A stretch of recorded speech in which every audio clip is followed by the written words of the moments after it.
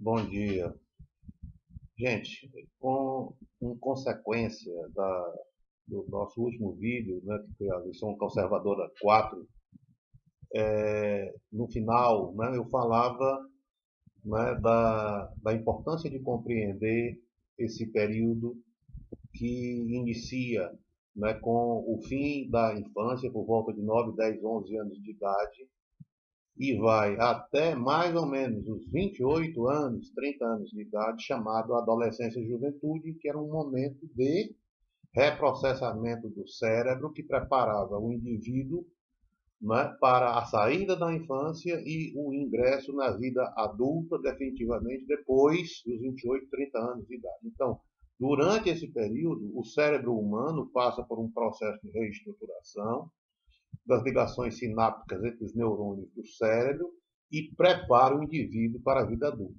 Porém, como eu falei no vídeo anterior, né, esse é um processo de insegurança, de indeterminação, de indefinição, em razão das diversas decisões que o indivíduo deve tomar em relação à sua vida, ao traçar o seu destino. A natureza preparou o indivíduo da espécie sapiens para, durante esse período, ele deixar de gostar, entre aspas, da zona de conforto da família, né, para ele buscar, né, construir a sua própria biografia. Para isso, vivendo novas experiências sensoriais cognitivas, que são as experiências humanas de cada indivíduo ao longo da sua vida na sociedade, o que a gente chama ontogênese, que é a história individual de cada elemento da espécie sapiens, de para qualquer outra espécie, mas particularmente para a espécie sapiens, que é a que nos interessa aqui, tá certo? Então, esse é um momento transiente, é um momento de grandes mudanças, como eu abordei no vídeo anterior. E eu finalizava o vídeo dizendo da importância dos professores do ensino fundamental, do ensino médio e mesmo da universidade compreenderem esse processo. Eu vou abordar hoje, né, um problema que é muito comum, né, acontecer, em relação ao sentido da existência do indivíduo da espécie sapiens. Né? A compreensão da sua existência, o sentido para a sua vida e o sentido para a vida do mundo. Lembre-se que durante a infância, né, os indivíduos da espécie sapiens, nós aprendemos com os nossos pais, com os nossos avós, né, a nossa religião, nós recebemos a nossa religião. E a religião de cada um dá um sentido existencial para a vida de cada indivíduo e para a vida do mundo. Né? Ele adquire, por meio da religião, um conhecimento sobre o sentido existencial dele e do mundo. Tá certo? Tanto não é que as crianças vão recebendo, não é, a catequese para cada religião já a partir da infância, seguindo a tradição religiosa dos pais, tá certo? De acordo com a sociedade onde eles estão. O problema é que quando há a passagem da infância para a adolescência e juventude, exatamente, né, nesse momento em que os indivíduos começam a adquirir uma relativa autonomia, né, por meio daquele processo de reestruturação do cérebro, uma das questões fundamentais é o questionamento sobre o sentido dessa existência, dele enquanto indivíduo e do mundo como um todo. Há aí uma tendência exatamente em decorrência dos momentos de insegurança, de indefinição, de indeterminação, que são próprios desses processos de reestruturação do cérebro, que eu já abordei, principalmente no vídeo anterior, e que levam questionamentos fundamentais sobre o sentido existencial do indivíduo e do mundo.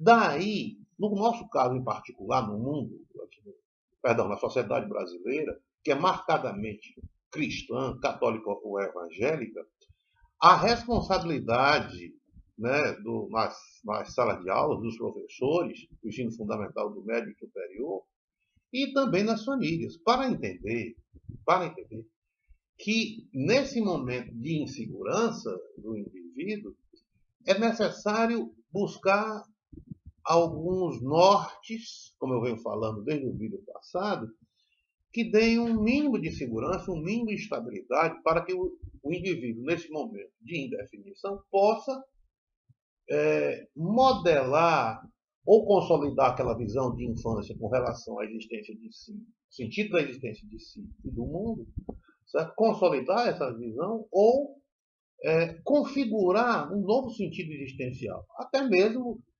buscando uma nova religião, por exemplo, se for o caso, certo? Mas o importante é que ele tenha a possibilidade de construir isso com relativa segurança. Porém, o que é que acontece? O indivíduo sai, né, do âmbito da família, né, daquela primeira fase inicial da infância, e entra agora no mundo onde ele vai receber uma série de conhecimentos no âmbito da biologia, né, tanto no ensino fundamental, depois no médio e mesmo no superior, que vão apontar, né, para uma compreensão do homem e do mundo bem diferente do que aquilo que ele aprendeu na infância no âmbito da visão religiosa, né, do mundo e da existência. Ele vai ser submetido às teses biológicas, às teses darwinianas, que são a base da biologia evolutiva.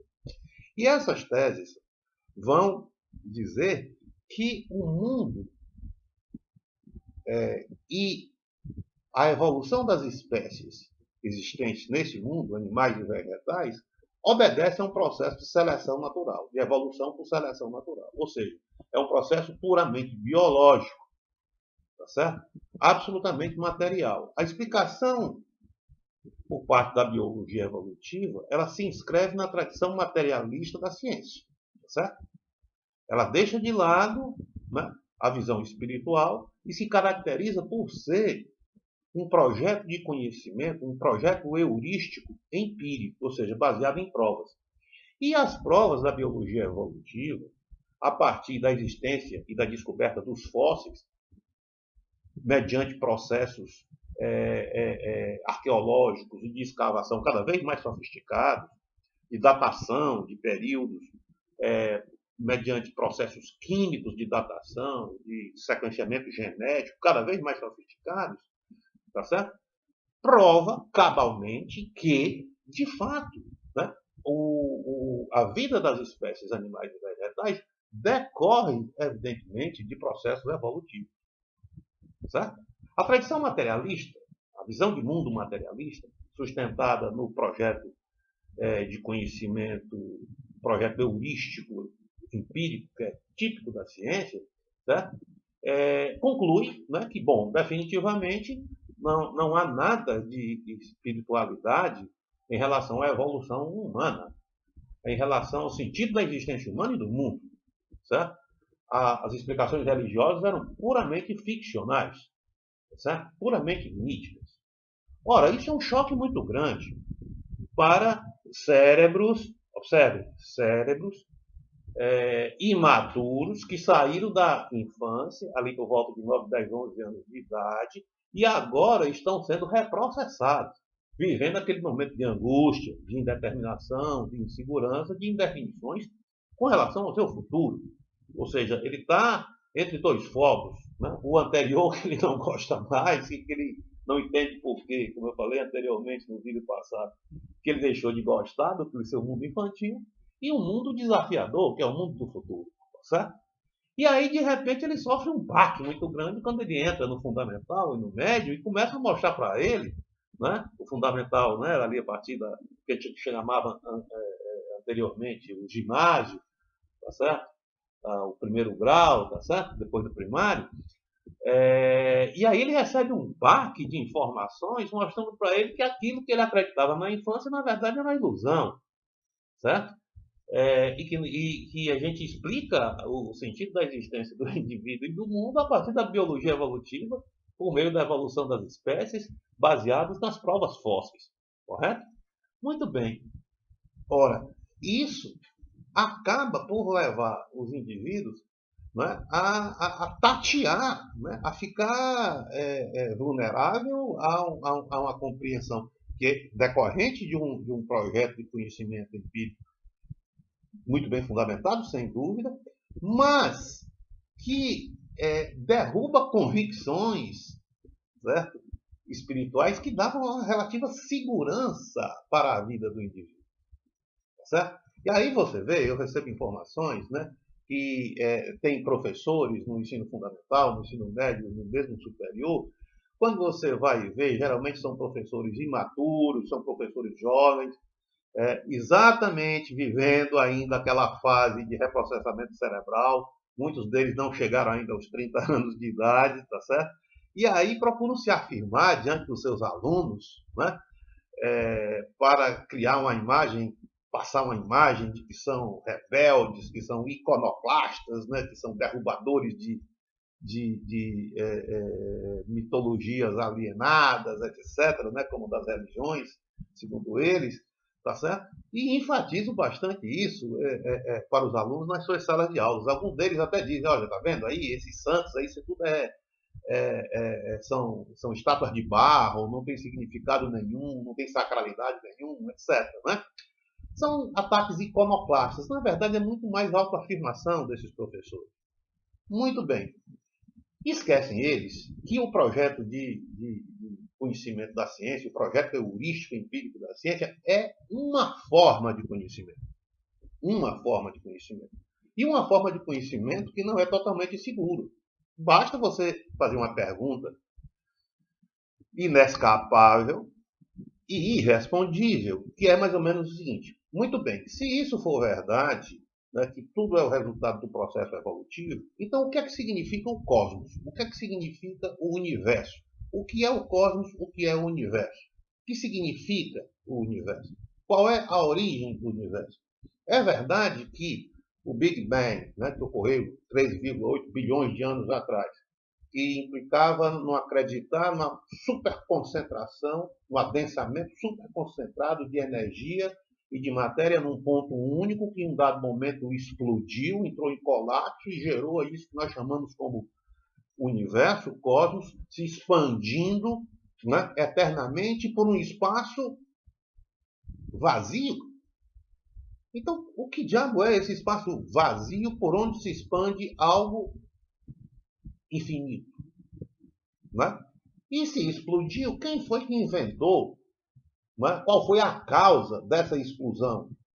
E de onde surgiu esse adensamento de energia e matéria que deu origem a isso que nós chamamos de universo cosmos? Então você chega a uma aporia, você não tem fim nessa argumentação. E isso, para a ciência, é uma dificuldade, certo? Inescapável. Portanto, se é assim, você não pode cabalmente descartar a outra forma de conhecimento, que é o projeto heurístico especulativo, que caracteriza as religiões. A religião, como a ciência, é uma forma de conhecimento. A ciência é uma forma de conhecimento, é um projeto heurístico, empírico, baseado em provas empíricas concretas.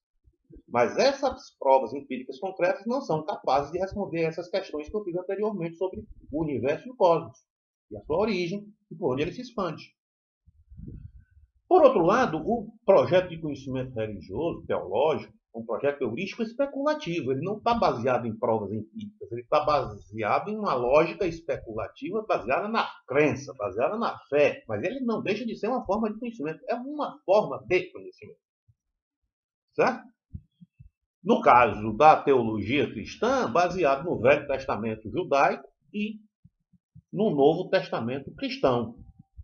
Certo? Que são duas formas de compreender a existência do indivíduo, dar um sentido para a existência do indivíduo e do mundo à sua volta.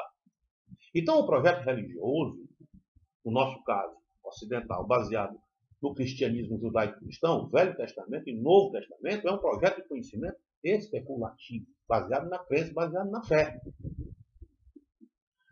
E também não pode ser comprovado, por isso mesmo que ele é especulativo, não pode ser comprovado empiricamente, pelas provas da ciência. Mas ele pode ser comprovado pela fé, Por isso que ele é um projeto de conhecimento de um outro nível, diferentemente do projeto heurístico empírico da ciência.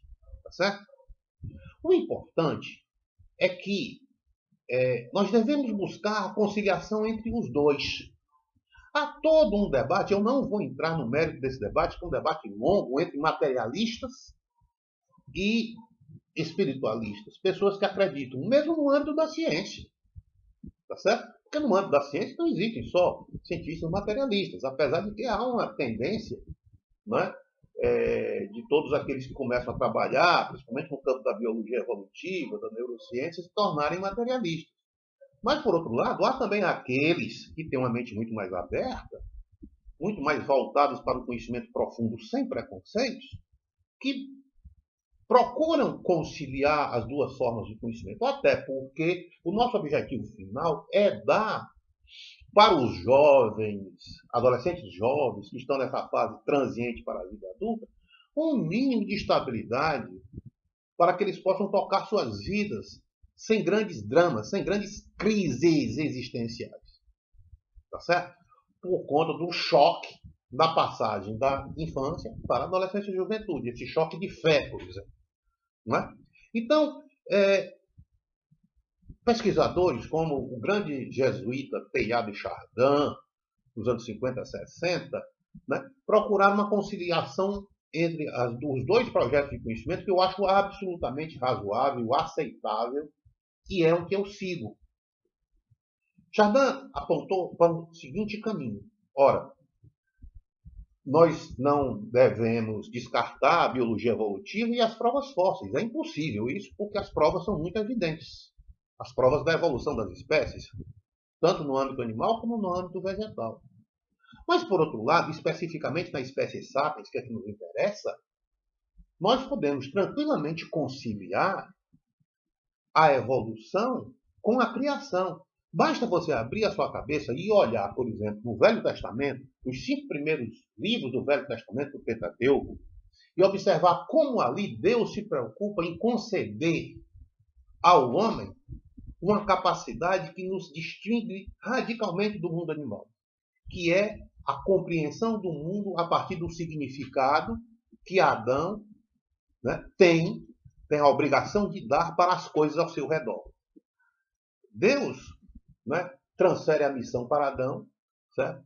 Lhe concede a missão de nomear as coisas ao seu redor. Nomear as coisas significa dar significado, dar sentido para as coisas. Dar sentido para o mundo à sua volta. Dar sentido para si mesmo enquanto homem, enquanto indivíduo. E dar sentido para o mundo à sua volta na medida em que nós conhecemos o mundo a partir do significado das coisas. A partir da linguagem, o código linguístico, que é por meio dele que nós pensamos, não esqueçam disso, nós pensamos na nossa língua, e na medida que nós pensamos na nossa língua, nós nos apropriamos do mundo à nossa volta, nós damos significado, nós damos sentido para o mundo à nossa volta. Ora, isso que está lá escrito no Velho Testamento, nos 5 primeiros livros, não é à toa. Por que as pessoas que escreveram inspiradas divinamente se preocupariam em registrar esta missão fundamental de dar significado para as coisas? Ora, dar significado para as coisas, alegoricamente, no Velho Testamento, corresponde, na evolução biológica, evolutiva da espécie sapiens, certo? A capacidade de aquisição da consciência de si, a capacidade do homem de dar significado para as coisas ao seu redor, adquirida por meio da aquisição da linguagem, certo? E da criatividade. Uma coisa leva a outra. Então, no momento em que a espécie sapiens adquire a consciência de si, desenvolve uma linguagem complexa para se apropriar do mundo, perfeitamente, com o espírito aberto, você pode buscar ali a conciliação entre a criação, a partir da alegoria do Velho Testamento, quando Deus concede a Adão a missão de nomear as coisas ao seu redor. Isso, infelizmente, é passado assim com muita rapidez pelos teólogos, pelos padres, pelos pastores, sem refletir bastante nesse momento significativo do Velho Testamento, esse momento em que Adão recebe a missão de nomear as coisas ao seu redor, É um momento metafórico, é um momento alegórico de aquisição da consciência de si na perspectiva da biologia evolutiva.